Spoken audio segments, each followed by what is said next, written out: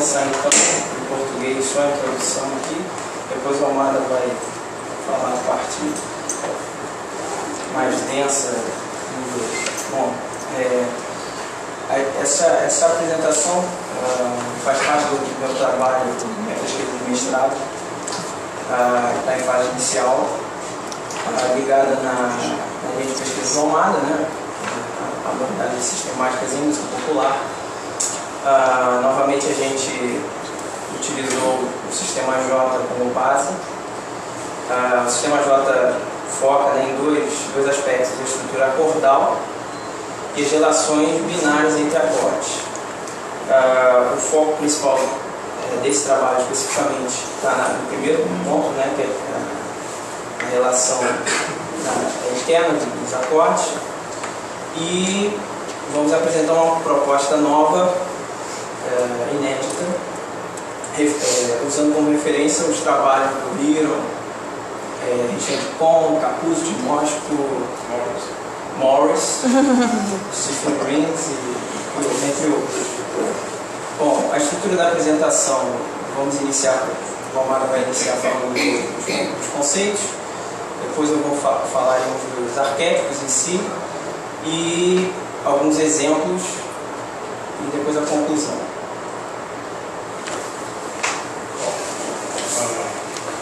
I will present a lot of concepts. Try to be very objective in this test. The first one is binary chord relation. It's simply the relation between two contiguous chords, C1 and C2. Cardinality of the chords, the number of elements of the chord, each chords. And this allows us to operate a typology of binary relations. They can be classified basically in a pure and hybrid relation according to the cardinalities. We prepare methods of binary relation, chords from 3 triads to 7 notes. Cardinality for the first chord and the second chord. So we have the pure relations in the diagonal, left to right, and the hybrid in 2 possible situations. This is the matrix filled with the data from the analysis of Jobin's repertoire. Observe that in percentage. Observe that the square we have almost 75% of the total. And this 4 to 4 is the most common relation. It's not surprising. Another concept, contrapuntal linkage. The manner we can connect 2 voices, 2 notes of the chords in the voice. And there are 3 types: paired, 1-to-1 relation, convergent when two voices merge into one, and or the contrary, divergent when the one voice splits into 2, the second chord.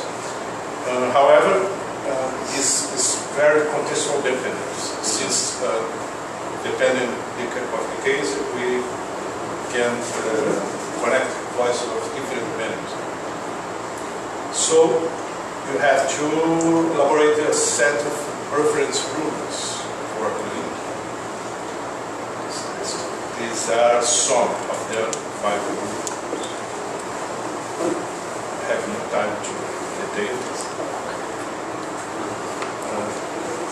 These rules orient the connection for analysis and eventual performance. Types of thematic movements considered: unison, minor second, major second. These form should we call parsimonious intervals, and in a set PI.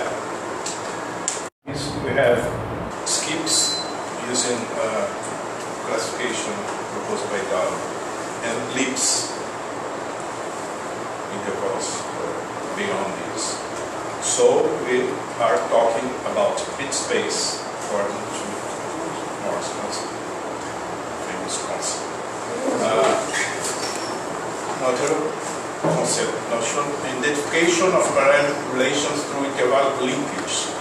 We define a binary relation as a quintuplet formed by instance of unisons, minor seconds, major seconds, skips and leaps.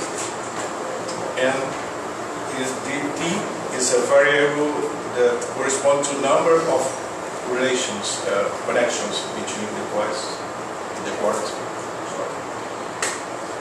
With this, we can elaborate a formula to calculate coefficient of efficient Wesleyan efficiency of this binary relation. This is normalized between 0 and 1. This is formula C. An example, number 5. Consider these two quarks of different cardinalities. Here, rearranged in a possible disposition. This is a scheme that intended to display more clearly the relations.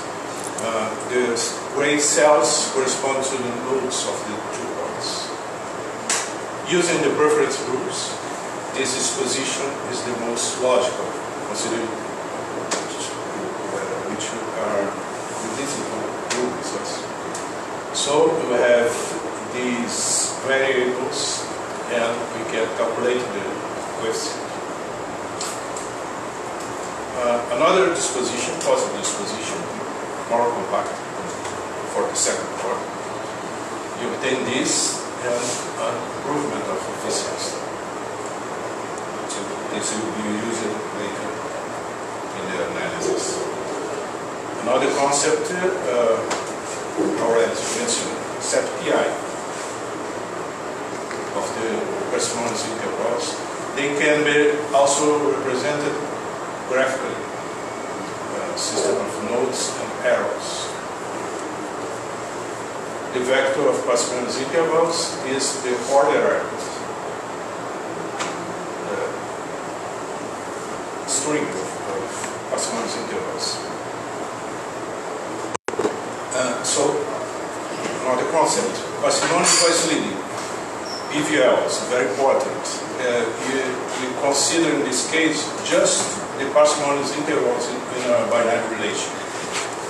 Or else, regarding skips and leaps, we define PVL as a duplet, X and Y, where X represents the blocks, the two voice blocks of parsimonious intervals acting in the situation, and Y, three voice blocks. N is the number of voices with parsimonious voices active. Is calculated in this form. Another concept is another step is elaboration of PVL's typology. This table displays the situation, possible situations for X and Y, and then N for N. There are simple unitary situation, simple multiple situation, compound unitary, and compound multiple. Up to 8 voices, but we also continue. I pass for a graphical representation of PVLs. These are the 5 movements, parsimonious intervals. They act like atoms that can form molecules, simple molecules of parsimonious connections, more complex molecules, or still more higher level molecules. In this case, considering 7 voices acting parsimoniously. Next step, the elaboration of system of PVL classes. Consider the simplest case, the building block of parsimonial voice language. Anyone, we can consider this representing anyone possible. There are two intervals involved. Two situations are possible. The two intervals are equal or different. They are named as class A and B. We are talking about partitions. Partitions, you see. In this case, it is ordered partitions, a composition.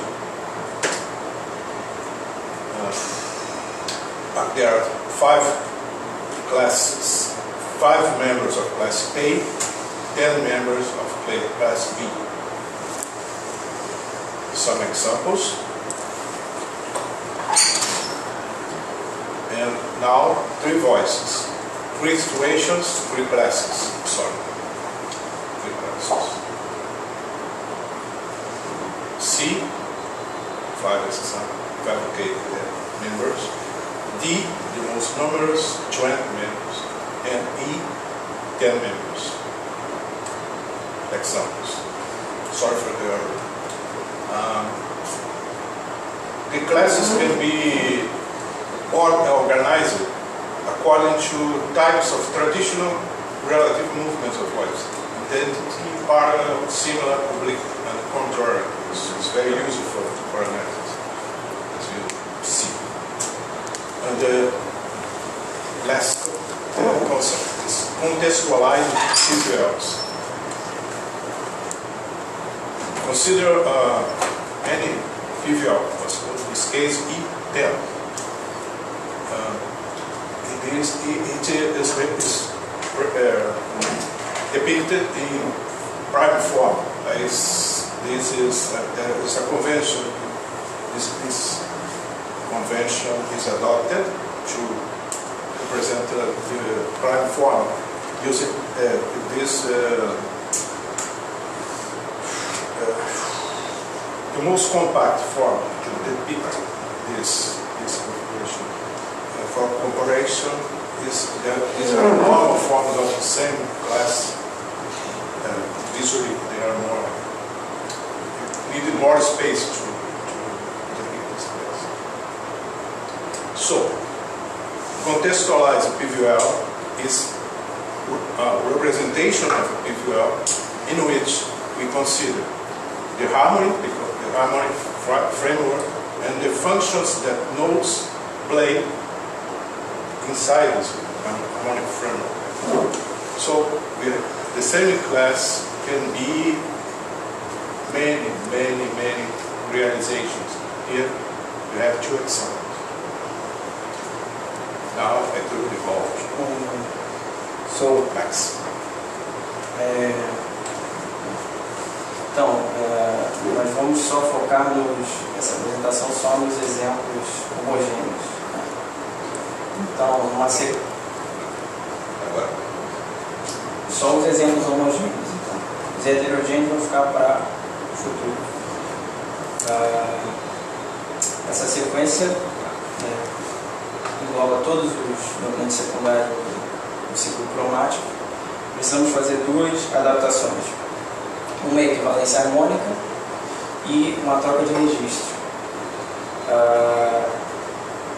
Separando apenas dois acordes, a gente tem o que a gente denomina período, que congrega um acorde no estado fundamental, uma sétima, e o outro transposto uma quarta símbolo. Bom, aqui na representação horizontal, né, a gente viu a eficiência da condução, tem 0,45. Então existem algumas estratégias para aumentar o voice leading, aumentar a eficiência do voice leading. A primeira é a substituição plutônica.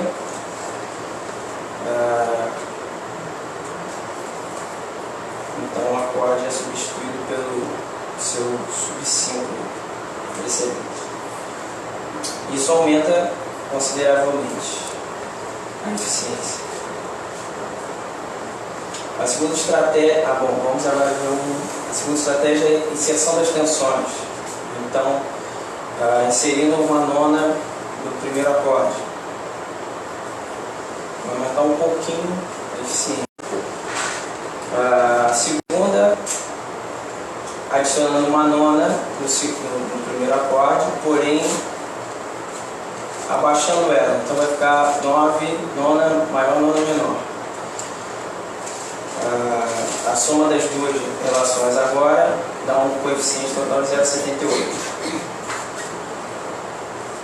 Agora, replicando essa sequência inicial e colocando, adicionando a 13ª. Isso. E depois abaixando a 13ª. Isso. Depois vamos acrescentar a nona no segundo grupo.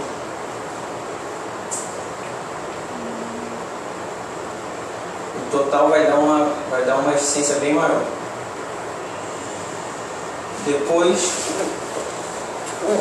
suspendendo a terça do acorde, substituindo a terça pela quarta.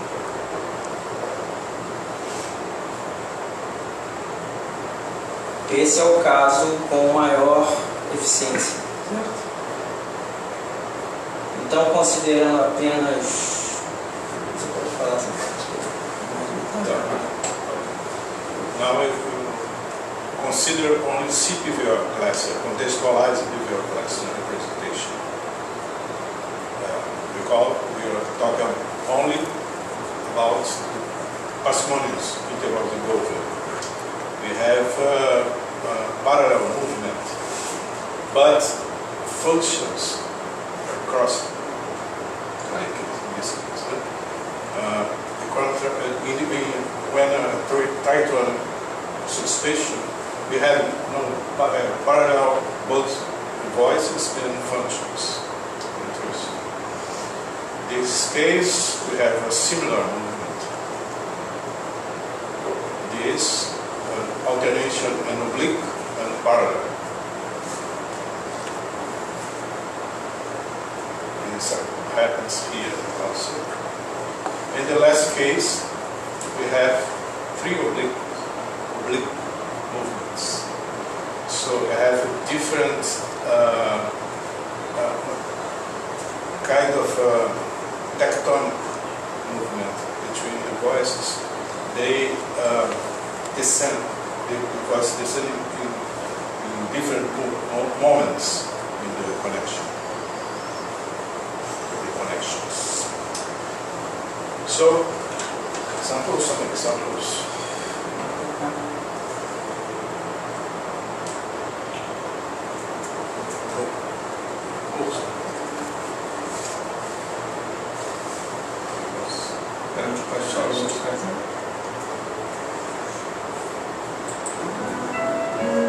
Tem que ser questão daqui que ser vivo da terra.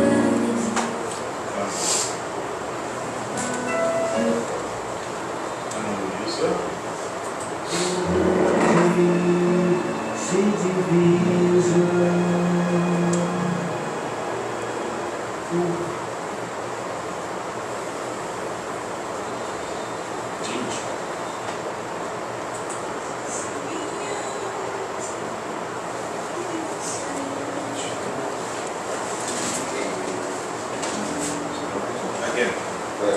São minhas e de você também. Se são Canos dourados. Te amo, Maria.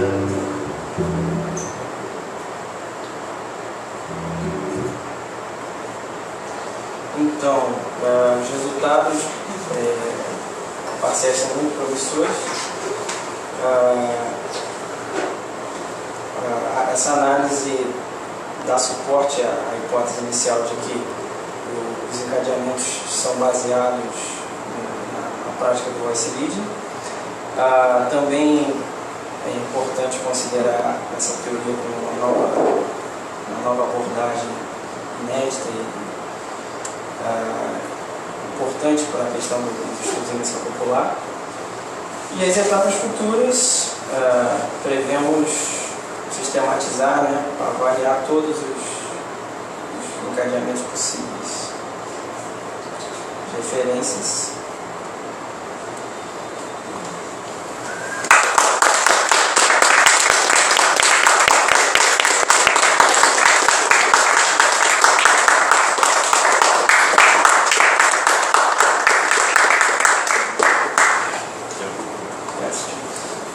I have one. I wish to focus on the coefficient. It was parametricized, okay, between 0 and 1. Am I right if I say if I take just to start the same chord, os dois acordes, sequência dos dois, I will get the coefficient 1? Yes. Yes? Yes. When I get the coefficient 0? 0 when all voices leap, all voices leap. Okay. Beyond 5 cents. Okay. Okay. Those not matter if it's 7. Então, all the bad sequences converge to 0. Yeah. All the example of leaps, all leaps. No. So the second question, the measure. É lógico que a medida é feita no conjunto, no contradomínio, onde tem a imagem, né? Eu digo assim, todo tipo de movimento entre as notas aqui no domínio da função, eles são medidos lá na imagem, na métrica normal matemática, na distância. Por exemplo, você não tem leaps e leaps, ou seja, leaps, please strong e weak leaps. Leaps or leaps. Okay. Any leap is What do you think about this? To label the leaps, perhaps with different pesos, different. Because we are focusing on the most economic, most efficient. Okay. It's not efficient. I see you. We thought fair about this. Conclude this was the best approach, but we can review this, of course. We are thinking it's in construction yet, the process. Thank you very much for this research. Before all, I have to congratulate this work is striking. I think that is a breakthrough for distinct presentations, because it's so dense. Your presentation representing various proposals and all very clear.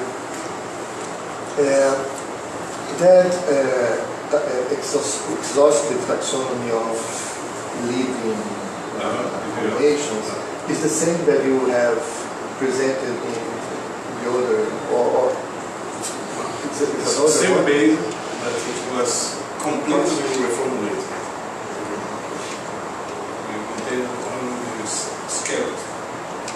Because I remember that there is a deep into that's not more. Okay, I have to. Yeah, but I see a question, in fact, where you point that with the substitute dominant, substitute dominant 7's B, and dominant 7's F. striking substitution. Yeah. Right? Bom, eu vou falar em português para ser mais rápido. Eu fiquei em dúvida, porque você está considerando as funções de Fá sétima, né?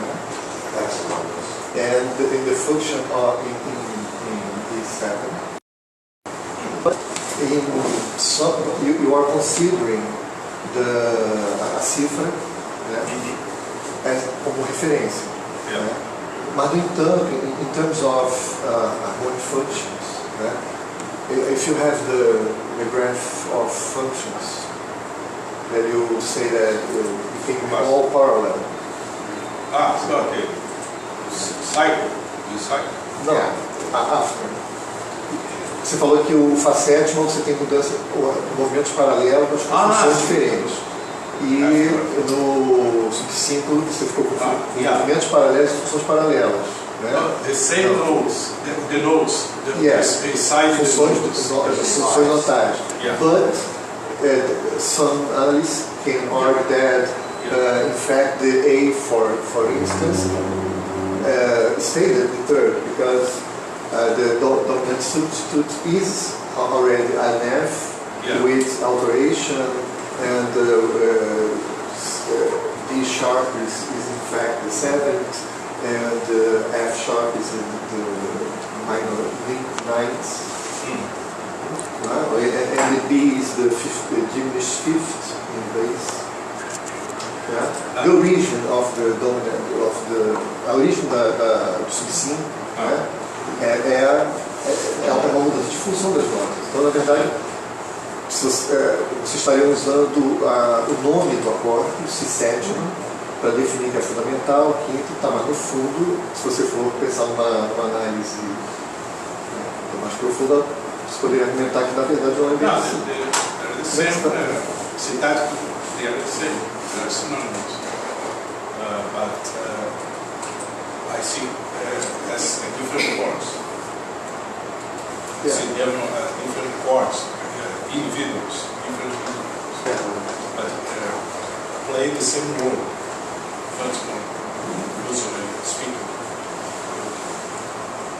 I don't know if I understand your question. Não, porque assim, o Dó sétima, ele é de fato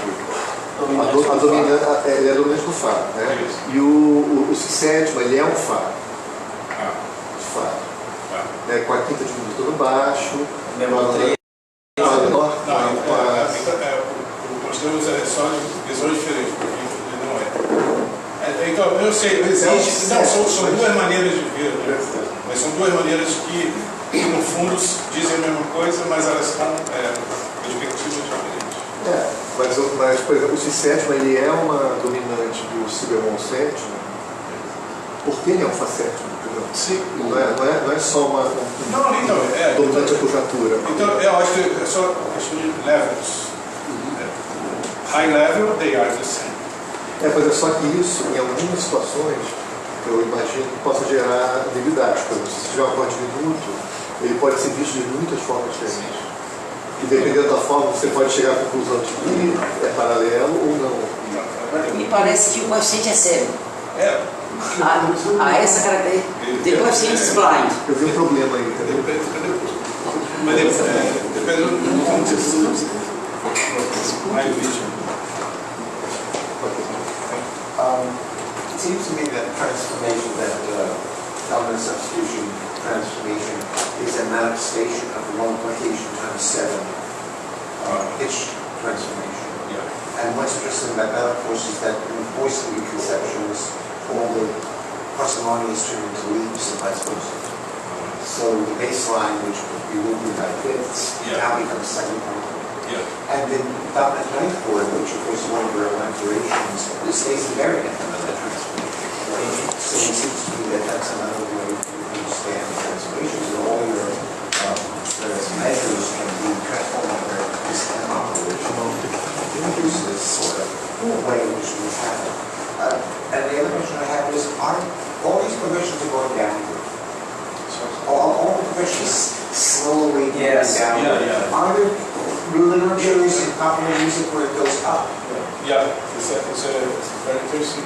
It's a special characteristic of Chopin's music.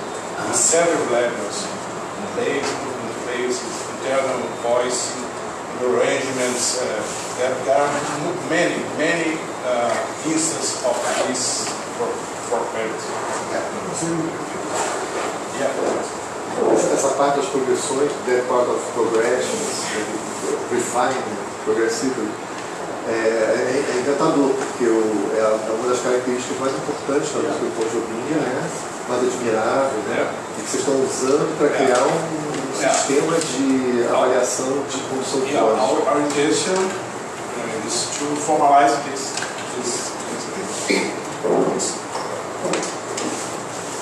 truth in form of this.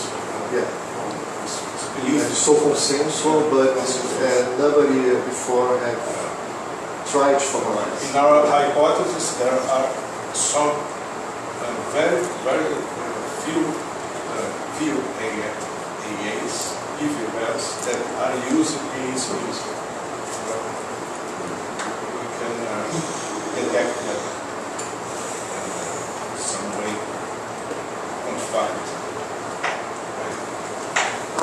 You said that the composer tends to choose parsimonious harmonic operations, right? So I was wondering if this parsimonious voice leading is perceptible in the musical surface, because in concert music, for example, many times you have to idealize the voice leading to see the parsimonious voice leading conduction. So in these cases, the parsimonious voice leading is perceptible in the musical surface, or you also have many times to idealize the voice leading. We can start with this. In the examples, you can hear the parsimony. O Jobim é mais evidente. Yes. É mais superficial. Time is out.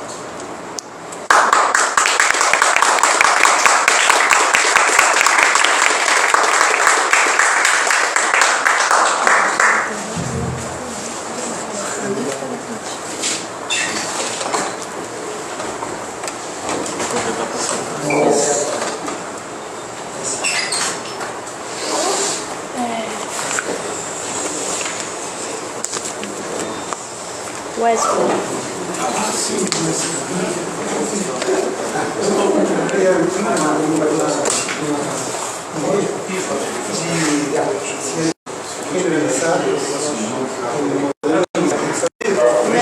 Melhor foi a minha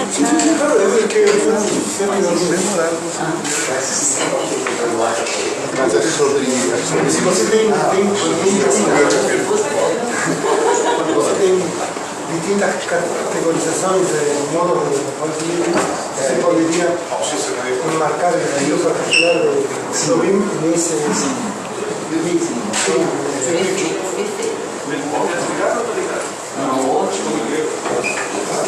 não só ótimo, maravilhoso, genial, não só ótimo,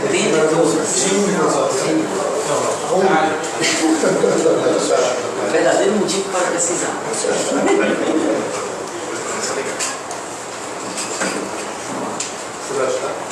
Sexta-feira.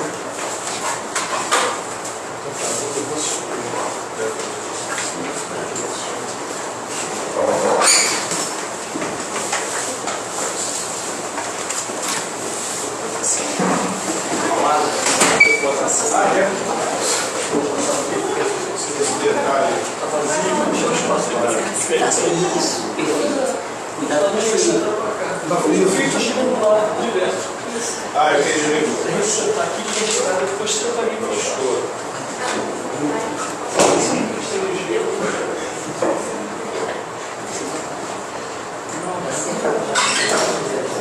Não, mas agora sim, porque você não esquece que trabalhei isso não vai dar então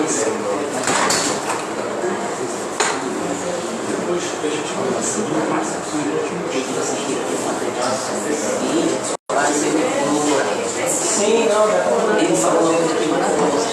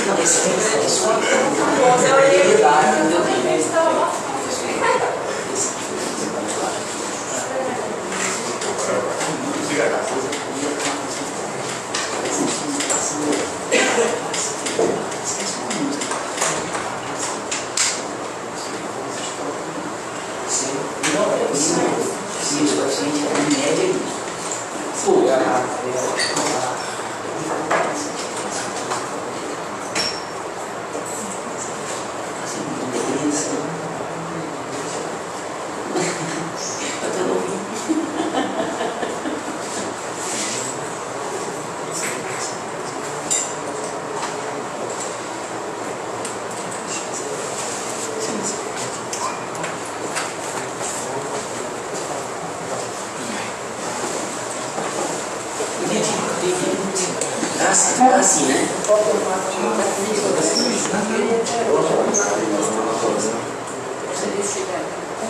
Sim, mas não funciona assim.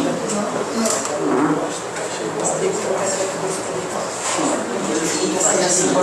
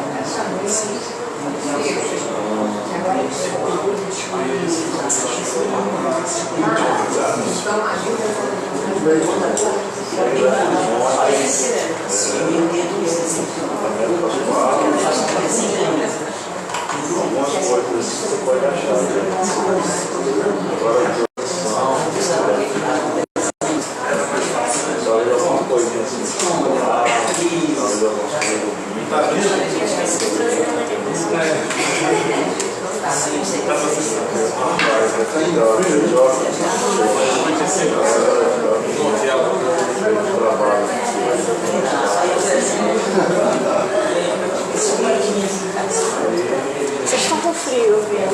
Mas subiu agora, 24. Você seguiu? Sim, acabamos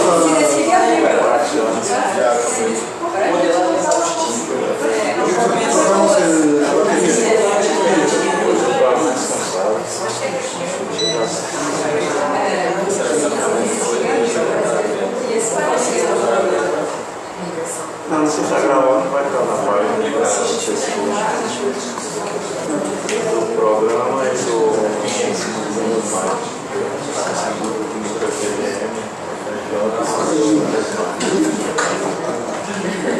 Trocamos só pilhas, aquele funcional. Isso.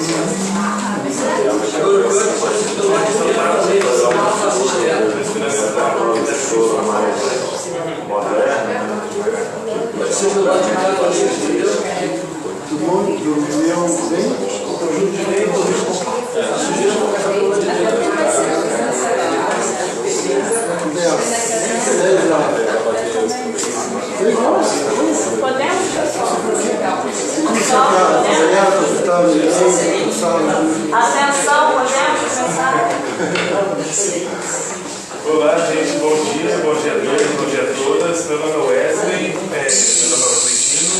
eu sou recentemente concluí meu curso de mestrado na Unirio. E minha proposta hoje é trazer um pouco dos meus resultados da minha pesquisa e sobre análise musical comparativa e as proposições teóricas do Alan Sibelius. E o trabalho foi orientado na ocasião pelo professor Marcos Wolff e a professora Carol Dubnikov. Bom, meu objeto de pesquisa foi o violinista, compositor e pedagogo Santino Martinelli, que nasceu em São Paulo e faleceu aqui no Rio de Janeiro. Eu tive contato inicial com a obra do Martinelli quando, ainda na minha graduação, que eu fiz no Espírito Santo, lá na Faculdade de Música do Espírito Santo, e eu entrei em contato com o repertório. Eu sou violinista, eu fiz minha graduação em violino, e em contato com os grupos da universidade, vi a obra do compositor e não conhecia, e me perguntei quem era Santino, quais obras ele compôs para violino, quais eram as suas motivações composicionais, e inicialmente encontrei a dissertação de um contrabaixista chamado Paulo Nascimento, com o título Dança Nordestina de Santino Martinelli, aspectos históricos, interpretativos e analíticos.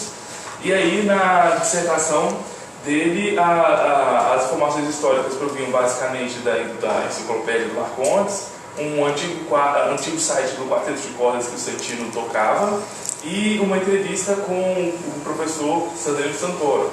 Ou seja, então eram informações históricas bem, entre aspas, um pouco superficiais, né, não eram tão aprofundadas, e a análise musical que ele realizou das peças Martinelli era de uma peça só, e a análise musical ela estava totalmente centrada para a performance, subsidiária performance dele, ou seja, tinha uma lacuna aí de conhecimento musicológico, tanto relacionado à parte histórica, quanto à produção do Martinelli para o violino. Então, a parte histórica do trabalho, ela levou em consideração, e isso apesar de eu não estar diretamente nas questões puramente analíticas, é porque é importante eu fazer um traçado aqui histórico do objeto, que impactou diretamente a minha análise. Basicamente, a partir de 3 eixos, acervos, né, acervo da biblioteca da FRJ e outros acervos de museu, a EBC, também eu consultei acervo da EBC, entrevista com os ex-alunos do Martinelli, e o que foi mais importante, acesso a periódicos através da biblioteca digital da Biblioteca Nacional, que é uma ferramenta assim, fantástica, que assim, é o novo Google assim, das pesquisas históricas. Você joga lá o termo e ele pesquisa para você como se fosse um Google, porque ele tem uma tecnologia de leitura dos periódicos. Né? É fantástica, a tecnologia da PRO, que foi estruturada aqui no Brasil mesmo, com o Museu Nacional, uma parceria do Museu Nacional com a UFRJ, se não me engano. Então, na entrevista com os alunos, eles já me deram uma informação importantíssima, que Martinelli, ao escrever sua obra para violino, tinha um viés pedagógico. Ele estava tentando auxiliar o processo de pedagógico dele em sala de aula, e o interessante foi que ele estava auxiliando o desenvolvimento dos alunos a partir de um repertório muito específico, que ele compôs música nacionalista, ou seja, ele tentava realizar esse desenvolvimento interpretativo e a partir de um repertório muito específico. E a atividade interpretativa dele também foi um aspecto muito importante, além da pedagógica.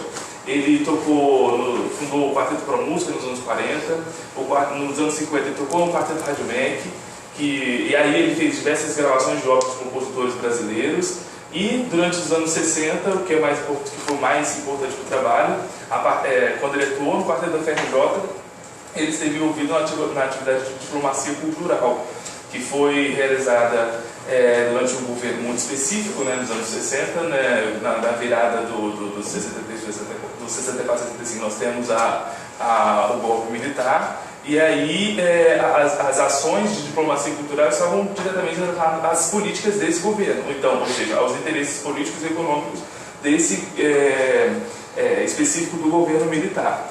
Tanto é que no ano de 1967 ele e o quarteto é condecorado com a Ordem Rio Branco, né, que o objetivo da distinção, né, distinguir serviços meritórios e virtudes cívicas, estimular a prática de ações e feitos dignos de menção honrosa. Então ele estava com o repertório, a sua prática interpretativa estava relacionada com um repertório muito específico, que ele realizou, por exemplo, a estreia do quarteto do José Siqueira, o quarteto popular da Radamés Inátali, do quarteto do 3 do Camargo Anieri, que é importante que ele fez essa estreia nos Estados Unidos, numa conferência pan-americana de um internacionalismo americano, né? E aí ele faz essa estreia lá a partir de um patrocínio da divisão cultural do Itamaraty. Ou seja, ele estava relacionado com a divulgação do nacionalismo, tanto no plano nacional quanto internacional. Então ele estava atuando a partir do ponto de vista institucional em questões muito específicas, a diplomacia cultural e a ação dele dentro da UFRJ. Então, ele estava ali para promover um nacionalismo com um recorte um pouco específico. Seriam aqueles compositores que eram compositores da UFRJ naquele momento, como o Batista Siqueira, José Siqueira, Francisco Mignone, Nilton Padre, José Vieira Brandão. Então, os meus problemas de pesquisa eles vieram a partir desses eixos de atuação do Papinelli. Então, tendo em vista a produção pedagógica, para realizar isso, quais referenciais simbólicos musicais ele poderia adotar para cantar essa música brasileira? Então, da onde eu poderia encontrar dados da prática interpretativa dele que seria amalgamada, mapeada na prática composicional? Haveria alguma correspondência entre a música que ele executava e a música que ele compunha? E o que essa relação poderia indicar?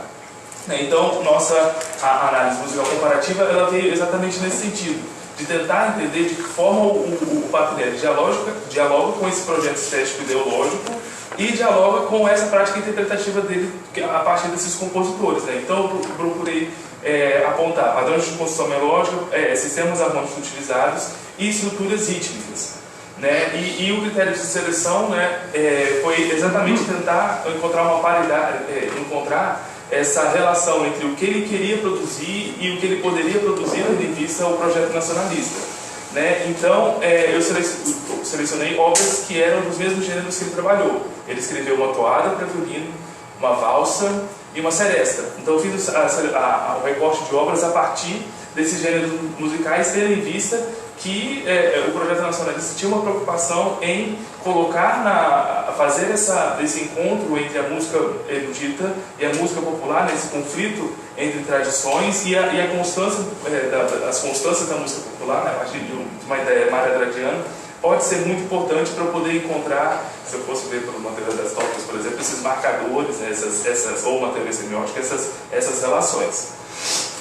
E só para poder ilustrar, o Mário de Andrade, por exemplo, falando do Lourenço Fernandes, de uma sonatina que ele escreveu, ninguém mais inteligentemente, nem mais obviamente que ele já soube aproveitar as constâncias ritmo-melódicas, ou seja, nós temos aí um conflito e uma relação direta entre as tradições, erudito e popular, o conflito entre o individual e o coletivo, o particular e o geral, que está sintetizado nessa música nacionalista. Então, a partir dessa matéria musical mesmo, do produto musical, a gente pode fazer esses apontamentos e essas relações. Então, as obras eu selecionei a partir do que ele tocava, dos compositores que ele executava, e agora a parte um pouco mais teórica mesmo, eu utilizei o Wallace Berry para poder fazer as comparações entre procedimentos composicionais e procedimentos estruturais. Ele é bem general. Ele tenta apresentar os conceitos tentando maximizar a aplicação dos mesmos. Então, ele sempre está dialogando com a teoria hegeliana, a teoria dos conjuntos, a teoria harmônica de Schoenberg, os estudos rítmicos do Cooper e do Leonard Meyer. Então, eu utilizei um instrumental teórico que pudesse me auxiliar a entender todos esses componentes de estruturação musical que podem me ajudar a entender como e por que o Santino produzia. Então, alguns conceitos do Berry foram fundamentais. Por exemplo, o conceito de função linear, que segundo ele é a relação de um evento com um quadro ou base estrutural linear, ou sua relação auxiliar com um evento de ordem superior. Ou seja, o que ele está entendendo que evento é o que ele chama de elemento, mudança. Qualquer tipo de atividade rítmica, melódica ou harmônica que tenha uma função de estruturar linearmente a peça. Não é? E um outro conceito importante do ponto de vista da apresentação do entendimento dele de estudos da tonalidade é a concepção ampla que ele tem de sistema harmônico, do que pode ser considerado como um sistema tonal. né, ele propõe apresentar um sistema de análise harmônica abrangente, sugerindo que um determinado conjunto de alturas de uma peça musical tende a estabelecer um sistema hierárquico sonoro a partir de uma altura central interpolada com alturas subsidiárias. Então é esse encontro com a teoria harmônica tradicional com a teoria dos conjuntos, né? Então ele não vê necessariamente ele quer estabelecer que você tem uma altura e você vai ter alturas que vão ter uma relação polar com uma outra, né? E um ponto interessante, deixa eu voltar aqui, e um outro ponto interessante é ele ver o sistema, a apresentação de estudos de sistema tonal a partir de um sistema tonal genérico e um sistema tonal particular. Ou seja, o sistema tonal genérico seria o sistema tonal de um estilo, representado a extensão normal e ordenamento do material de alturas, razoavelmente esperado. Ou seja, tendo em vista essa produção musical, eu poderia sugerir que o sistema tonal genérico da produção musical nacionalista leva tanto em conta a tradição erudita quanto a tradição popular. Então eu posso incorporar no sistema tonal genérico a tonalidade, né, a estrutura tradicional harmônica europeia, as escalas modais da música popular brasileira, as escalas pentatônicas, e enfim. Em contrapartida, ele propõe também apresentar um sistema tonal particular, ou seja, quando esse sistema tonal genérico é colocado na prática, ou seja, numa composição, numa obra específica, né, numa obra particular, como esse sistema genérico é processado. E é aí que a gente pode ter os dados para poder, na obra específica, esses dados para poder apontar as relações entre o sistema tonal particular, ou seja, como um determinado compositor utilizou a tradição musical erudita e a tradição popular, né, esse sistema específico que aponta, né, que tem uma relação direta com o sistema geral. Então, esses conceitos me ajudaram a entender como é que se dá essas relações. E a análise melódica, né, ele fala da importância de se analisar os eventos melódicos a partir de suas funções essenciais e auxiliares, né, tendo em vista a função linear desses eventos na obra. Do ponto de vista rítmico, ele bebe muito na fonte do Meyer, né, então ele apresenta uma teoria que leva muito em consideração certos aspectos da teoria rítmica do Meyer, principalmente os conceitos de padronização, os conceitos de agrupamento, são importantíssimos para ele desenvolver o sistema teórico dele, e na nossa aplicação, no nosso estudo, alguns foram muito importantes, como a padronização, né, que seria a criação de um motivo, sei lá, quando a gente vai tratar, já que a gente está trabalhando de gêneros, os compositores trabalhando em gêneros, quais estruturas que poderiam ser padronizadas, que queriam apresentar um motivo e queriam referenciar um determinado gênero. A métrica, ou seja, como os acontecimentos rítmicos, do ponto de vista dos pulsos, impulsos, dos acentos métricos, como ele constrói essa linearidade, né? E essas relações verticais e horizontais dos acentos métricos, né? E isso que eu utilizei, né? Esses conceitos principais. Então, a toada de KTLT do Santino Parpinelli, eu vou tocar aqui só um pedacinho, porque o nosso tempo é bem curto, né?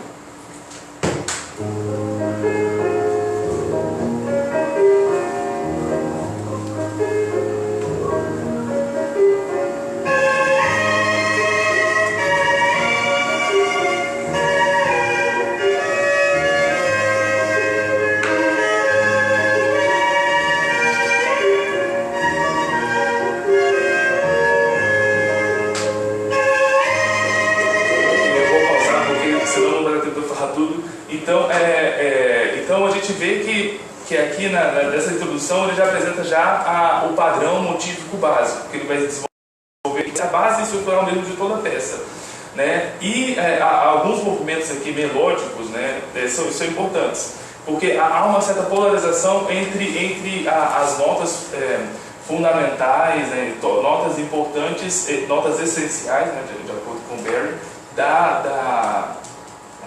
das linhas aqui que compõem esse ostinato no piano. Então, aqui,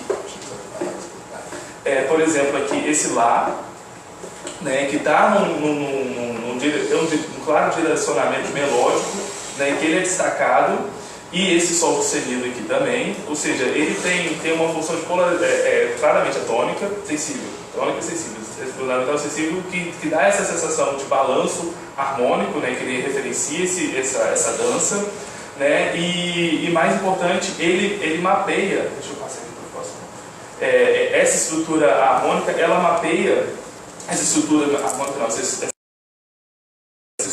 mapeia é mapeada pela estrutura, essa estrutura clássica, né, que os autores nacionalistas utilizaram para poder referenciar alguns gêneros populares, que é a cocheia pontuada, semicocheia ligada a cocheia, né? Então, os pontos estruturais fundamentais desse ostinato, né, por exemplo, o oscilar, esse sol, estão metricamente, verticalmente, esse pulso métrico está estruturado nesse beat, né, seria, se a gente subdividir em 8 semicolcheias, o compasso seria a quarta semicolcheia, não é? Então, eu posso observar que linearmente a estrutura métrica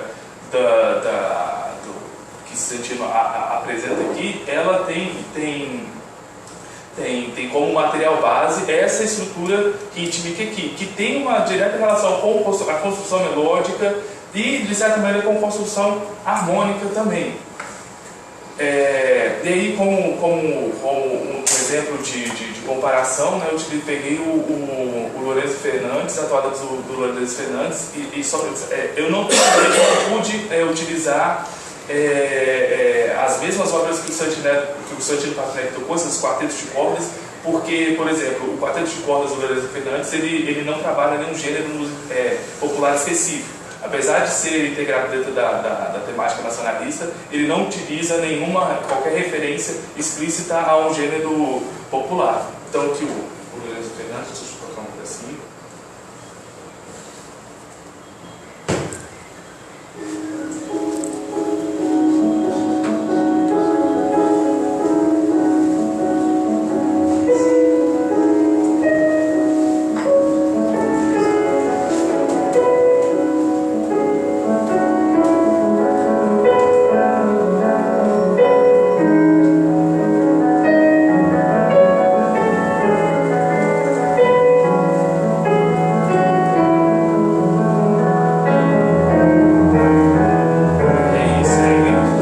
Esse é o material básico, ele basicamente vai fazendo variações, ele vai fazendo modulações em cima dessa mesma estrutura, né? Então é interessante observar que ele utiliza como o material base para referenciar, né, esse gênero, para construir essa toada, a mesma estrutura que o Parpinelli, né? E é interessante aqui também que ele faz aqui o destaque até na notação, né? Ele separa essa semicolcheia para que o pianista realmente expresse esses acentos métricos, não é? E aqui o interessante é que o Lourenço, né, ele faz na peça dele essa referência a esse sistema tonal genérico brasileiro, né, com a exceção do modo mixorígio, né, que a gente encontra aqui esse Ré, ou seja, no sistema tonal particular do Lourenço, ele faz referência a esse sistema tonal genérico brasileiro, né, e a estruturação melódica ela é basicamente segundas e terças, né, as terças geralmente sendo compensadas por graus ascendentes de segunda, que é o mesmo processo de construção melódica que o Parpinelli utiliza, né? E o interessante é ver que a estrutura melódica também mapeia a estrutura melódica da toada do Lourenço, né? Apesar dele não ser tão óbvio quanto o Parpinelli, né? Ele estende um pouquinho mais a estrutura, a extensão melódica, né? Então, as considerações finais, após o processo de análise, nós podemos observar que, que havia, né, processos composicionais comuns dos compositores, né, e se destaca a importância funcional linear da estrutura rítmica colcheia, pontuada por estrutura que eu acabei de mostrar, de modo que ela pode ser considerada como ponto de identidade entre as obras, ou seja, é uma possibilidade, né, de eu apontar o grau de identidade entre as obras, ou seja, e aí com isso eu posso sugerir que Parpinelli adotou os mesmos modos compositores nacionalistas de referenciar os gêneros populares. de modo que se pode corroborar a hipótese de que ele tomava música desses compositores como referência para a sua produção musical nacionalista.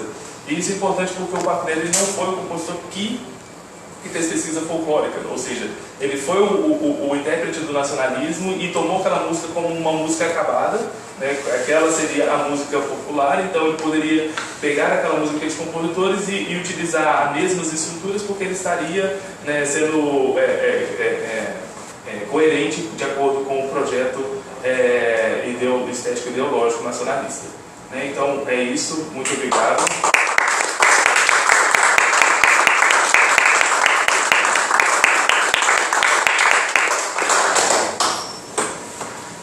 Bom, parabéns pelo trabalho, achei muito interessante a primeira peça que você mostrou, né?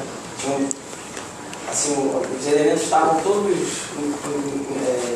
incluídos ali, incluídos no primeiro passo, e ele meio que expandia aquilo. Na conclusão que você fez ali, a questão do ritmo, né, colcheia pontuado, na verdade você já pensou em usar como referência aqueles trabalhos, tem trabalhos de etnomusicologia que tentam catalogar esses ritmos, né? Mas, por exemplo, o Geometria dos ritmos musicais, do Sam, que ele analisa esses ritmos, né, dentro do ciclo geométrico, e isso é uma classe do tresílio, né? Então, assim, que é uma coisa muito recorrente na música brasileira, né? Latino-americana, enfim. Eu achei muito legal, mas eu acho que seria bom também você dar uma olhada nisso. Isso foi uma questão do desenvolvimento do projeto, que foi uma questão que a gente debateu tanto na qualificação quanto na defesa. Os professores eles ficaram um pouco com o pé atrás da proposta de se tentar levar a produção, tentar encontrar alguma correspondência entre a produção dos nacionalistas, modernistas, com a prática musical popular. Eles disseram assim: Wesley, a gente prefere que você veja como os compositores trabalharam aquele material dentro daquele contexto ali, como esse núcleo acadêmico nacionalista trabalhou, e não tentar fazer qualquer correspondência com o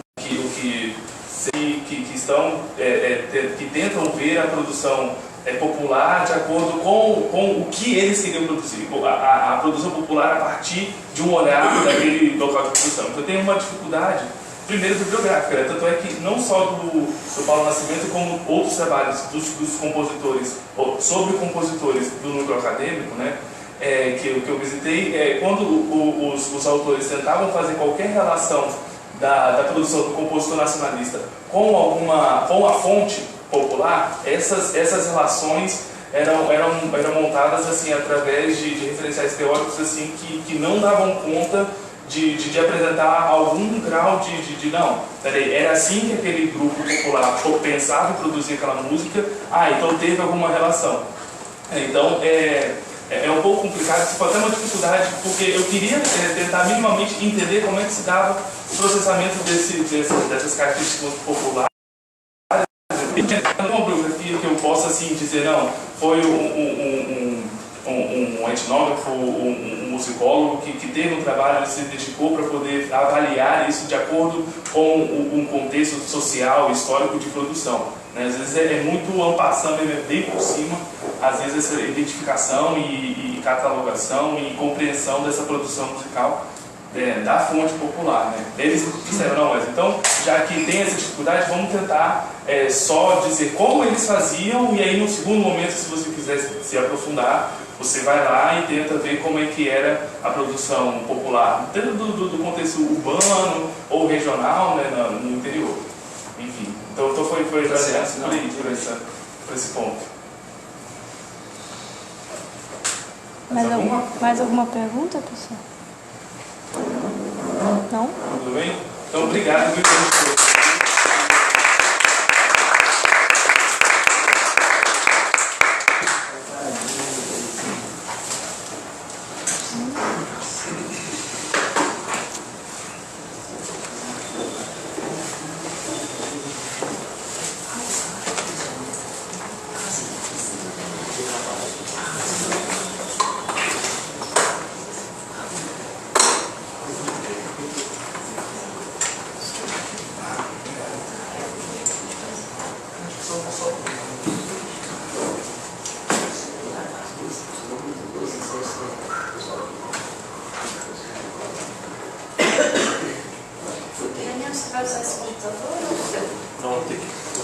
homens.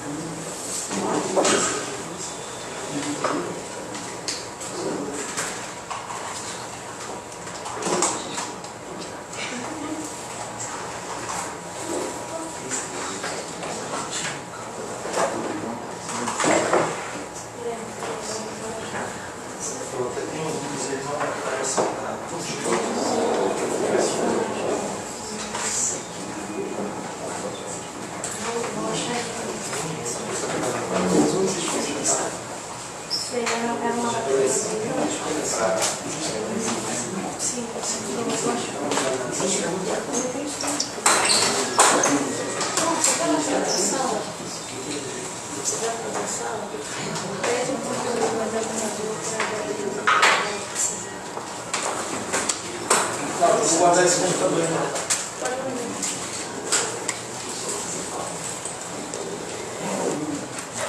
Esse aqui é lá do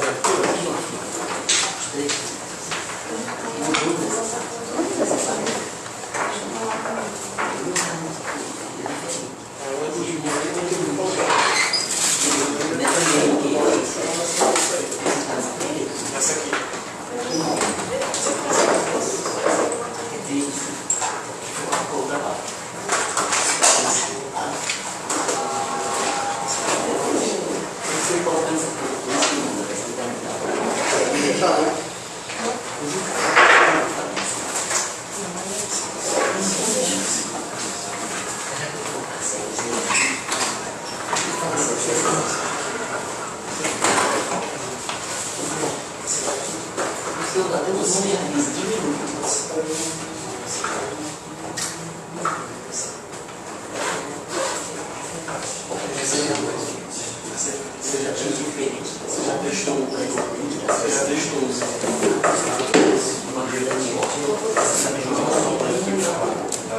Tá, posso usar.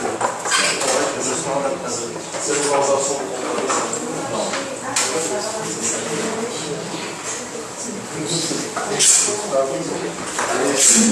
Tá ligado? Tá chegado.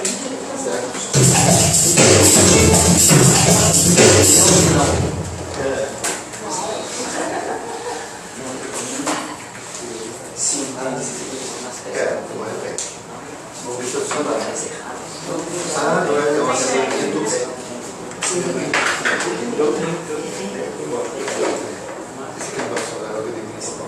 Eu vou.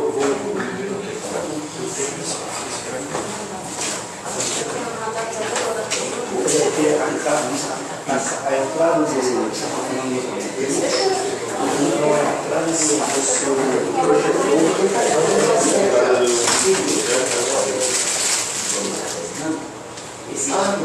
bom, são dois adaptadores. Não sei se o médico consegue. Sim, não, deixa eu te fazer. Se não conseguir, o livro deve ter.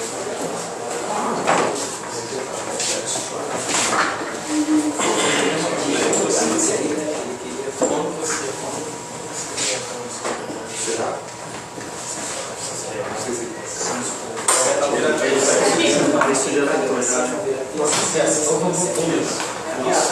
Isso é contabilizado na eficiência.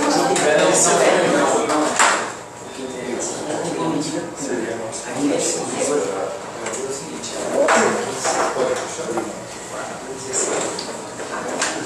já está funcionando, né? Posso colocar na bolsa?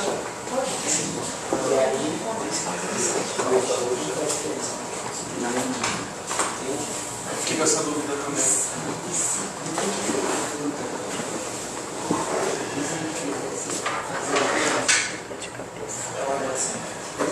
Você contabilizar isso na forma. Ah, entendi.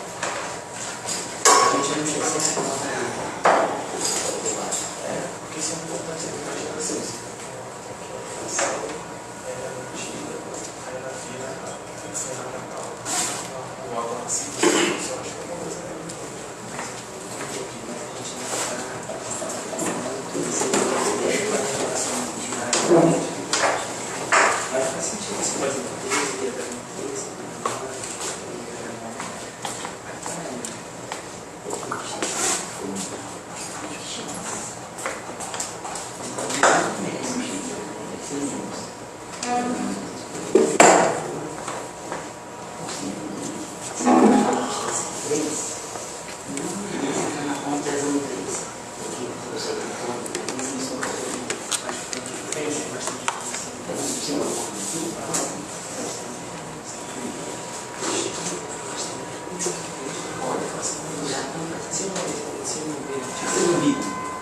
eu vi.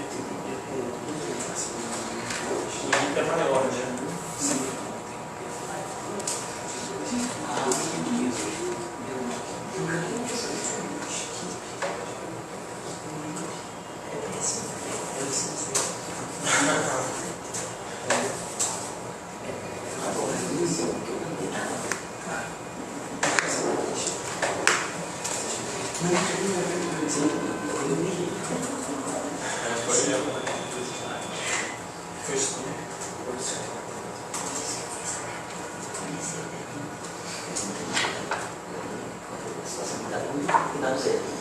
Isso.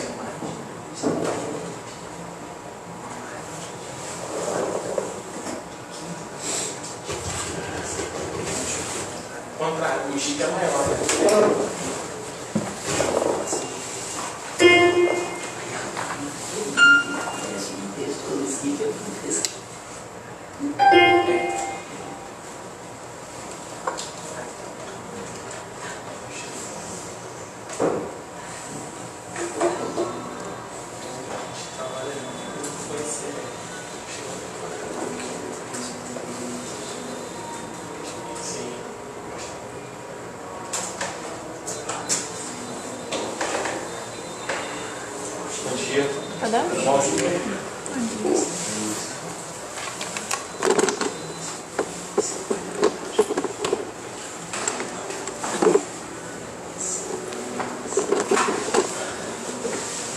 Podemos começar? Podemos, pessoal?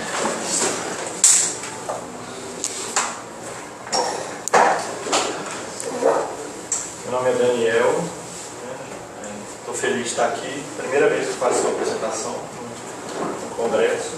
O meu trabalho de mestrado, estou mostrando para vocês. Eu sou da linha de pesquisa Processo e Produtos na Criação Musical e Interpretação, do programa Música em Contexto da UNB. Minha proposta para esse mestrado está resumido aí dessa forma. Eu busco compreender tipos de pesquisas existentes, formas interativas entre músico e computador a partir de experiências de improvisação. Então não trabalhamos com inputs pré-definidos, eles são improvisados no momento da interação e a gente pretende, com isso, elaborar um sistema de compreensão do computador para gerar frases de resposta e, a partir disso, o ciclo interativo se fecha. Então, en passant, eu vou falar desses pontos com vocês. Então, eu busco realizar essa pesquisa sobre interfaces computacionais interativas, improvisação e sistemas composicionais coletivos. Porque, a partir de experiências em oficinas de criação coletiva que eu realizei durante alguns anos com os alunos, eu fui elaborando uma metodologia de interação a partir desse sistema. Então, essa metodologia veio a se constituir o que eu chamei de linhas de interação e baseei nos princípios criativos de similaridade e contraste, como são colocados pelo Stravinsky na sua série de palestras em Rádio. Para a constituição do programa, ficou definido que o computador precisaria analisar características específicas das frases para que ele pudesse, então, constituir um gradiente de variação dessas características, para que nós pudéssemos construir uma régua contínua de similaridade de contraste e de similaridade máxima a um nível máximo, a princípio, de contraste. Depois entendemos que o contraste máximo é uma régua infinita, mas que, enfim, esse ponto seria o ponto em que o nível de similaridade já está se extinguindo. Então a relação entre o output e o input fica difícil para a percepção identificar. Então, resumidamente, eu proponho testar no sistema composicional instantâneo a interação que performa o computador por meio de processos melódicos. Gostaria de justificar esse fato. Eu sou flautista e coloco essa questão da improvisação melódica como ponto central no meu trabalho. Também por uma questão de restrição de parâmetros para análise e avaliação, a gente condensou toda a experiência nos parâmetros de altura e duração. Nós estamos considerando timbre, intensidade e outros elementos que possam vir a fazer parte desse contexto interativo. Então, só para a coleta de dados, né, e a avaliação desse processo interativo em termos de alturas e durações. Buscamos, portanto, definir critérios de avaliação das frases melódicas e um sistema de pesos, identificando nesses critérios quais critérios teriam mais atenção sobre as relações de similaridade e contraste à medida que eles fossem variados.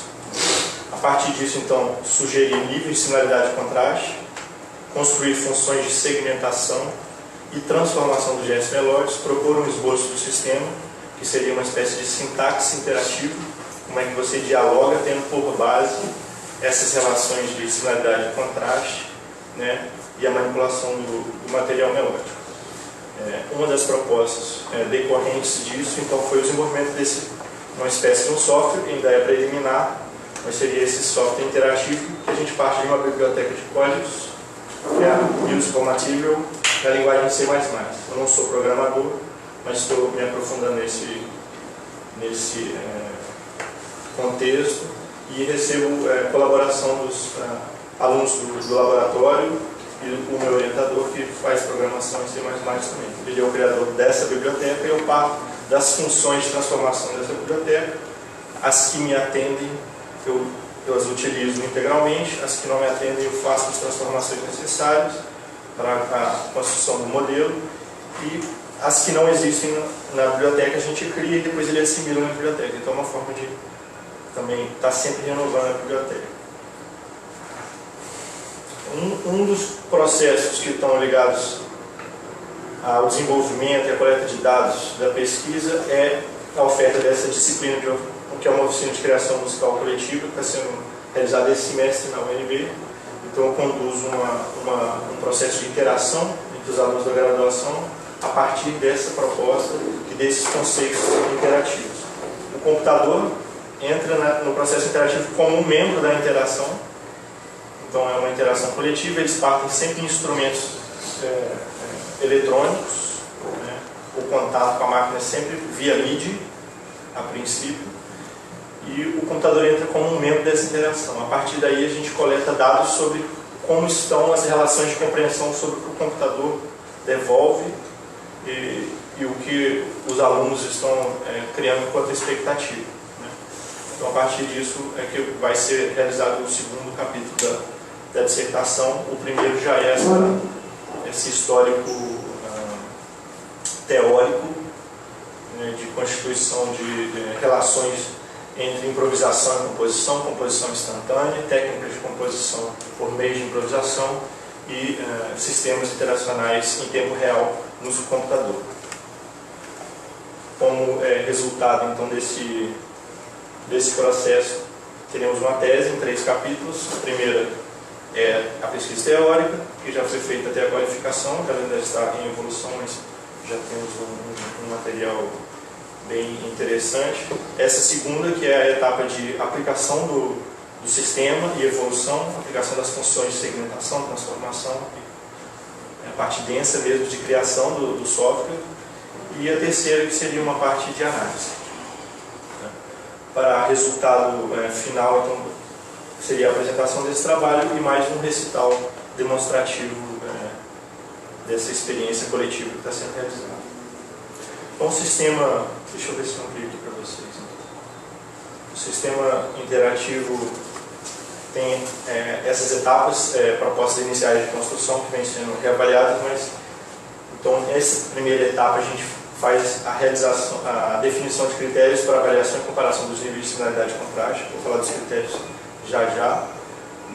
Depois a gente aplica esse modelo para que o computador realize a análise, possa avaliar essas características nas frases do input, implementa as funções de segmentação e transformação para transformar esse material, aplica esse modelo de comparação com as frases do output, então decide-se sobre a saída. Essa saída então é calibrada, né, por essa relação de pesos nos critérios. Que critérios teriam mais peso na transformação do material original no novo material a partir da sua oscilação. A partir disso também a gente faz essa revisão e vai aos poucos chegando num tipo de interação que se caracteriza de uma forma um pouco mais orgânica, né? A princípio ela pode ser muito árida. Então os critérios para avaliação de frases melódicas foram eleitos inicialmente dentro desse processo e eles são os seguintes.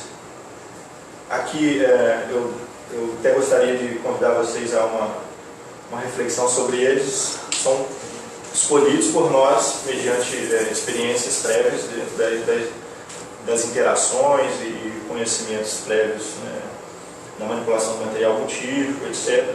Mas de repente está faltando algum critério que pode ser interessante a gente assimilar, ou algum critério que esteja sobrando, ou que tenha um nível de redundância, porque eles têm uma correlação. Então isso aí também convido vocês a refletirem e de repente possam contribuir conosco nesse sentido. Então os critérios, numa régua já de pesos, a gente elenca eles a partir do primeiro até o sexto como os critérios mais determinantes para a variação dos níveis de similaridade e contraste. Então o primeiro seria esse conjunto de notas, grupos de notas, alturas ou escalas.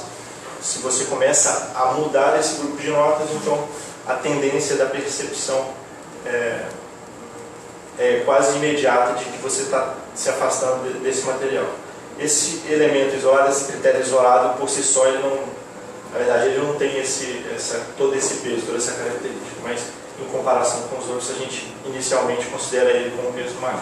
A rítmica seria essa relação das durações, né, os tipos de relações de duração, como elas estão organizadas e a constituição de padrões rítmicos também. A direcionalidade resultante, que seria na comparação do movimento de entrada, né, do input, se ele tem uma resultante ascendente, descendente, contínua, que esse resultado do output tenha relações compatíveis ou incompatíveis, e essa diferenciação vai determinar um certo grau de similaridade e contraste em relação ao material do input. Então, quando a gente fala de movimento paralelo, oblíquo, contrário, todos eles são a comparação entre a saída e a entrada, né? Um outro elemento que entra aí também na avaliação desse critério de direcionalidade seria o contorno melódico. Quer dizer, a grosso modo, para a percepção, a gente não é capaz de identificar cada nota da interação. Você toca uma frase, eu não sei exatamente quais são todas as notas, mas alguma percepção de que há graus conjuntos ascendentes naquele trecho, depois tem um salto ascendente, um salto maior descendente. Esse tipo de avaliação, a percepção pode fazer mais rápido. Não necessariamente a nota precisa, às vezes nem necessariamente o intervalo preciso, mas que são saltos, eles são ascendentes, são saltos, eles são descendentes, ou são graus conjuntos ascendentes e descendentes. Então, para isso, a gente analisa os picos e a velocidade com que se chega de uma região mais grave para uma região mais aguda. Então, se rapidamente você atinge uma região aguda, ou você realizou muitos eventos nesse caminho, isso nos leva ao critério seguinte, que é o da densidade, ou simplesmente você fez um salto. Então, se a densidade é menor e você rapidamente atingiu um pico, você tem uma quantidade de eventos pequena e, naturalmente, a percepção identifica o salto. Então, o contorno melódico seria uma espécie de desenho. Você percebe esse desenho, a velocidade, a inclinação, né, da subida, da descida, mas não necessariamente o número de notas e o tipo de intervalo. Mas diferenciando que é grau conjunto ascendente ou grau conjunto descendente, saltos ascendentes ou descendentes, isso a grosso modo já nos dá uma ideia de quanto maior o número de pontos, mais denso. Quanto maior o número de eventos, notas. Se ocorrem muitas notas em pouco tempo, isso é um nível de densidade. E aí esse evento, a característica de densidade, a gente também acrescenta a ideia de variância, uma ideia matemática que constrói um índice de concentração desses eventos. Então, se você tem 30 segundos de interação, você faz uma nota longa no início e muitos eventos no final, você, ao realizar a média, né, você tem o que seria um número de densidade. Né? Quer dizer, quantos eventos aconteceram no espaço de tempo. Mas se eles estão muito concentrados numa região e não em outra, então você tem um índice de variância que é alto. E esse índice de variância também ajuda a compreender como está distribuída a densidade no espaço de tempo. Então, esse é um elemento matemático que está sendo trazido para a avaliação desse critério. A predominância de graus conjuntos e saltos, tipos de intervalo e ordem de aparecimento. Então, isso também seriam análises que a gente pode fazer na percepção rapidamente, desde que ela esteja treinada, não necessariamente cada nota, qual nota, etc. Se você tem um conjunto de notas da interação, são as notas de Dó maior, né, qualquer construção que você faça sobre isso, mesmo que você comece em um outro grau, porque o ouvido não atingiu a mesma nota, você pode construir um nível de interação dentro do contexto do grupo de escala, um contexto de rítmica, direcionalidade, densidade, predominância de graus conjuntos ou saltos, que também faz parte da percepção do elemento de direcionalidade, e a tessitura, que seria esse sexto critério, onde você pode também, de maneira superficial, eu não gosto de falar a grosso modo, mas é a grosso modo porque a nossa percepção ela não é exata, né? Precisa de um nível de treinamento muito alto para você fazer um tipo de interação extremamente precisa como essa. Então, o computador fará uma leitura muito precisa da sua entrada, mas você, naturalmente, na sua interação com ele, você construirá conceitos um pouco mais amplos do que ele está te devolvendo. Então, a tessitura identifica esses pontos extremos e mais ou menos a região de acontecimentos, de eventos desse input. Se está mais ou menos na região da segunda, terceira, oitava, etc. Porque isso também pode construir um elemento, se constituir um elemento de similaridade de contraste por região. Então, esses são os critérios eleitos para avaliação. Deixa eu fechar aqui.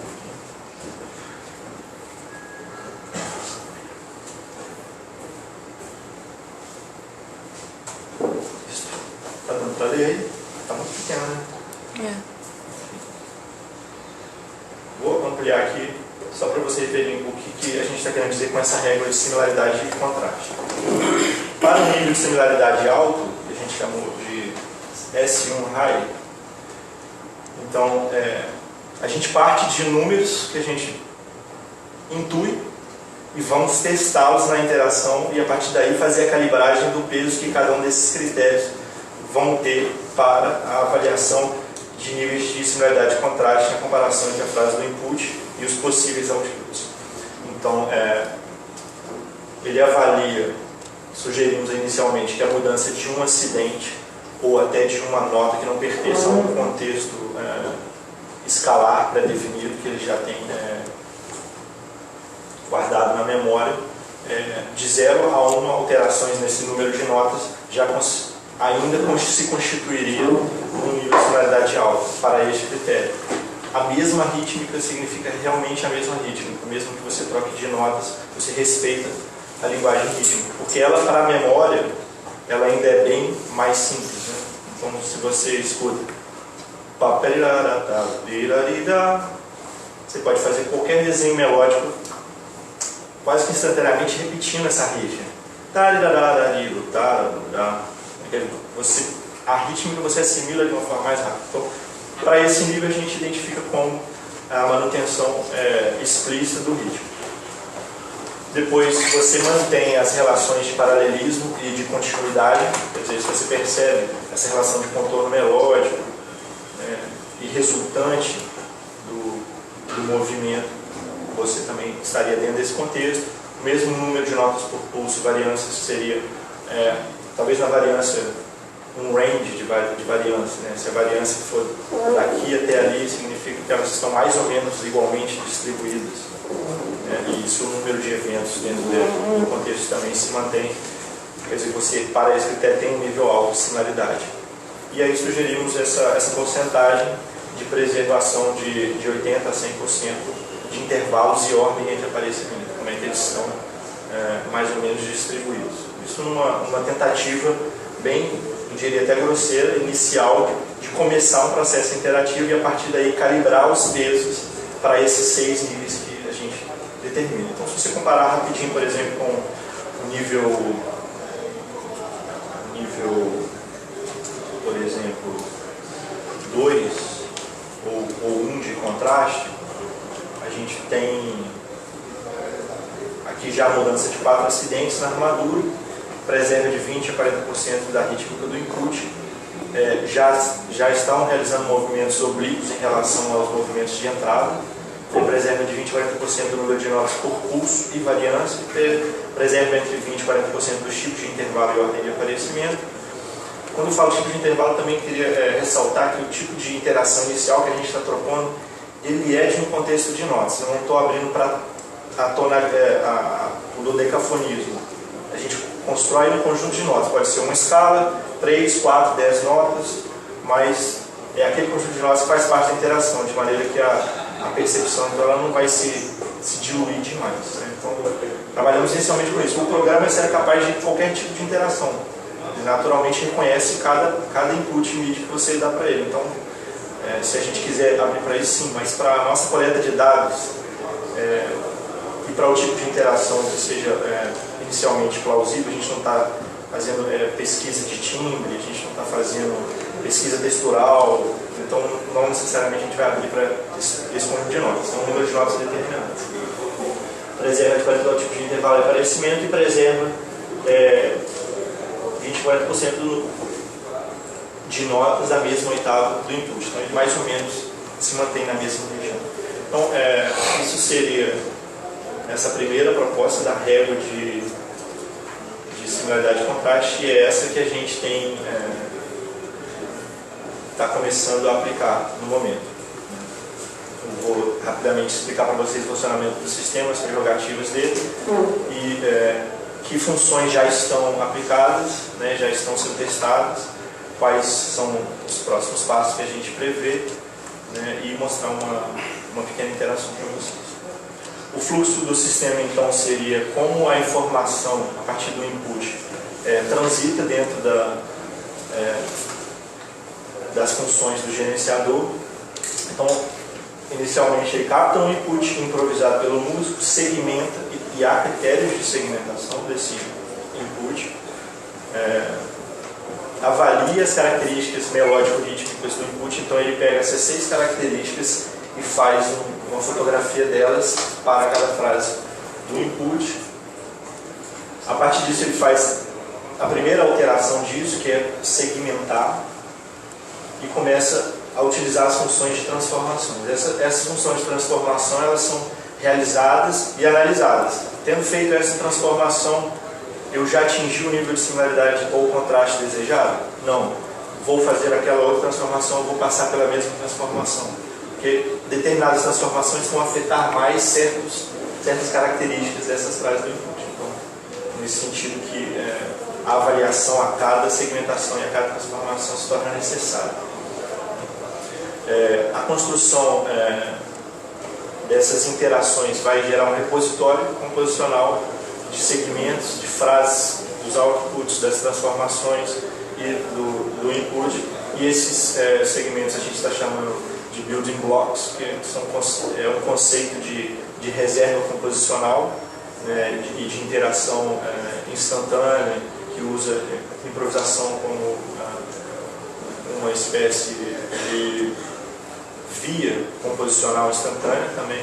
Então gera-se essa espécie de memória de interações passadas e elas podem ser projetadas no material à medida que se entende a necessidade de um material suporte para que se construa o nível de similaridade necessário, e também para que se construa a ideia estrutural da interação. Então, basicamente, busca-se compor instantaneamente através do processo de improvisação com a máquina.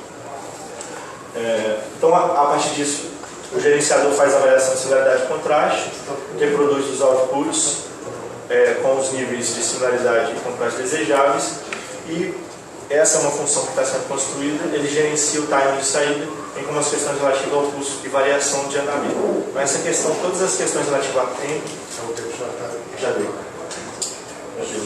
Não rolou a bandeirinha no 10 minutos, não? Já passou? Já deu 20? Tá. Então vou mostrar só o sistema, como ele funciona aqui, ó, um breve gráfico. Então, o input já manda automaticamente uma reserva na memória do building block. São feitos processos de segmentação. A partir disso, os segmentos são analisados como trechos isolados. As suas 6 características são levantadas. Depois, o computador manda esse segmento para uma transformação e compara com o segmento do input. E vai fazendo isso. Cada transformação ele salva no building block, e numa única interação ele já tem uma memória interessante de várias saídas possíveis. Será que eu posso mostrar a interação? Tá bem rápido. Deixa eu ver. Depois, então, esse aqui seriam desdobramentos aqui do momento.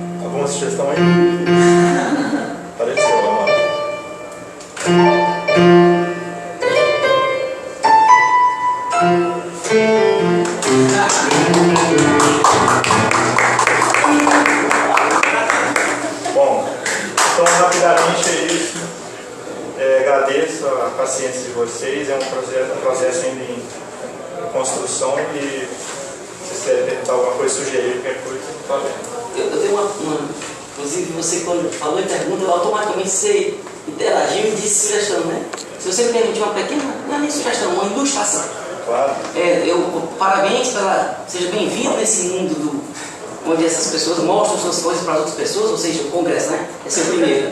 É o meu primeiro. Muito bem, parabéns, está muito calmo.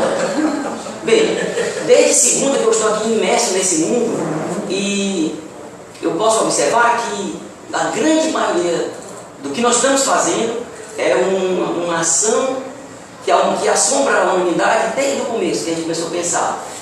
Usando a quantidade, como podemos aferir a qualidade? Mais ou menos, o professor Gabriel mostrou a gente. Certo? Nós tentamos, você, né? Lá com aquela mesa. Só uma sugestão sobre a régua. Você observou maravilhosamente aquela reversibilidade, que ela tem limite, digamos, à esquerda, que é o 0. Que para você é a similaridade total, né? A similaridade total seria a resposta idêntica. Perfeito, perfeito. Então você tem o 0, você está em paz no mundo da quantidade. Mas você observou que à medida que você se afasta para cá, você percebeu logo que é infinita. Ela é infinita. Isso. Porém, nós não somos Cantor nem Gauss, 2 grandes matemáticos que fizeram isso, para ficar usando régua infinita. Então você mencionou que você vai ter que dar aquele corte epistemológico. E eu quero dar só uma pequena sugestão, que é fora do mundo da quantidade.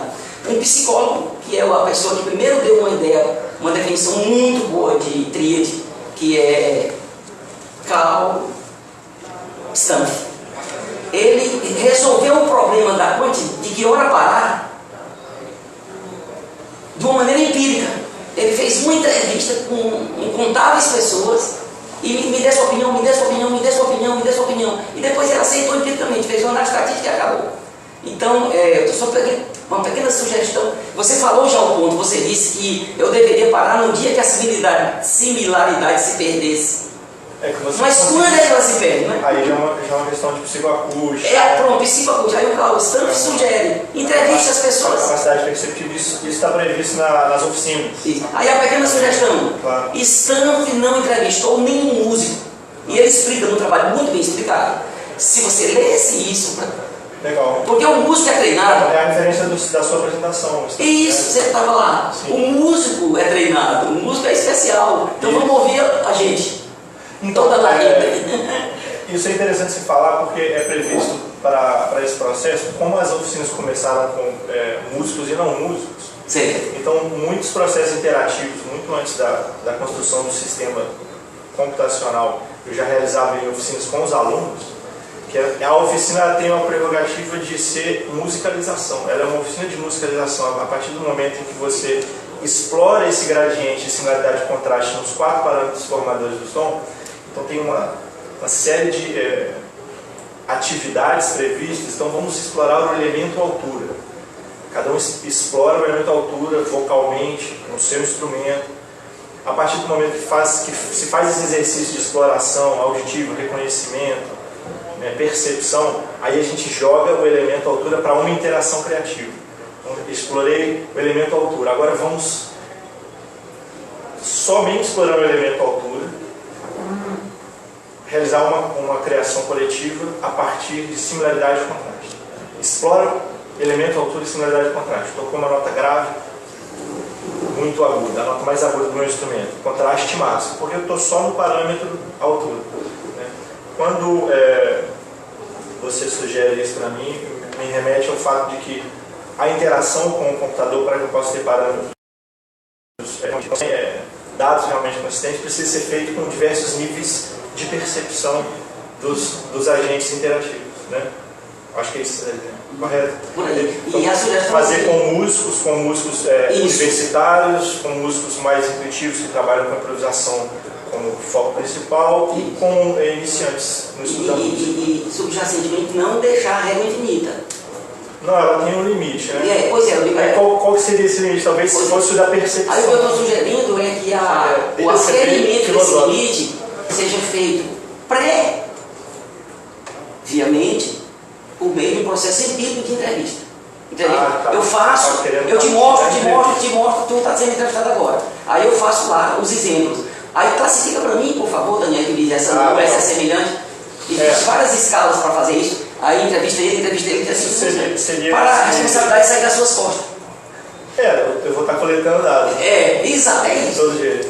Mas eu achei interessante o que você falou, porque então eu preciso partir do princípio que essa coleta de dados ela vai ser avaliada segundo uma compreensão de quem são essas pessoas que estão dando esses dados, qual é o nível de instrução musical, de experiência musical elas têm. Exatamente. Agora, um elemento interessante que tem a ver com isso também é a liberdade de se criar por meio da improvisação, né, que é a primeira barreira no processo dessa interação criativa. Mas eu vou tocar alguma coisa que você não me disse, que não está escrito, não é previsto. É uma espécie de exposição. Então, é uma etapa que precisa ser vencida, entendeu? Então, às vezes, o músico que já tem essa prerrogativa de improvisar, testado, já se libertou desses paradigmas, ele pode explorar um pouco mais. Né?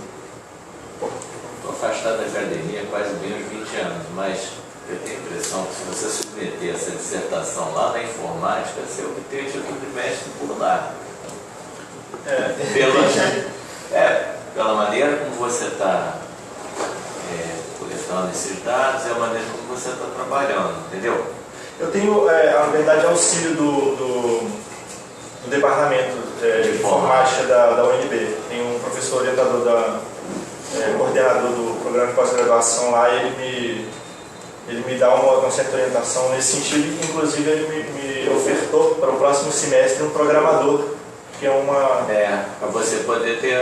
Assim, você está usando técnicas de mineração de dados, porque tudo que você está fazendo sugere data mining, né? Uma Então área essas são específica. coisas que são novas para mim, eu vou ter que pesquisar. Você usa tudo isso aí. Mas tem os programas que já estão, suponho, nessa altura do campeonato, estejam prontos para você fazer toda essa parametrização. Mineração de dados, vou procurar sobre isso. Mineração de dados. Que é justamente você tem programas já prontos que acham similaridades. Daniel, parabéns pelo trabalho, desculpa, é porque está tendo parabéns, incrível, principalmente assim, a aplicação pedagógica, né, que você está fazendo. Ela partiu de uma aplicação pedagógica. Agora, assim, os sistemas interativos são uma aplicação musical que já tem uma história, né? Não é uma coisa recente, o que não invalida, efetivamente, o trabalho que vocês fazem, mas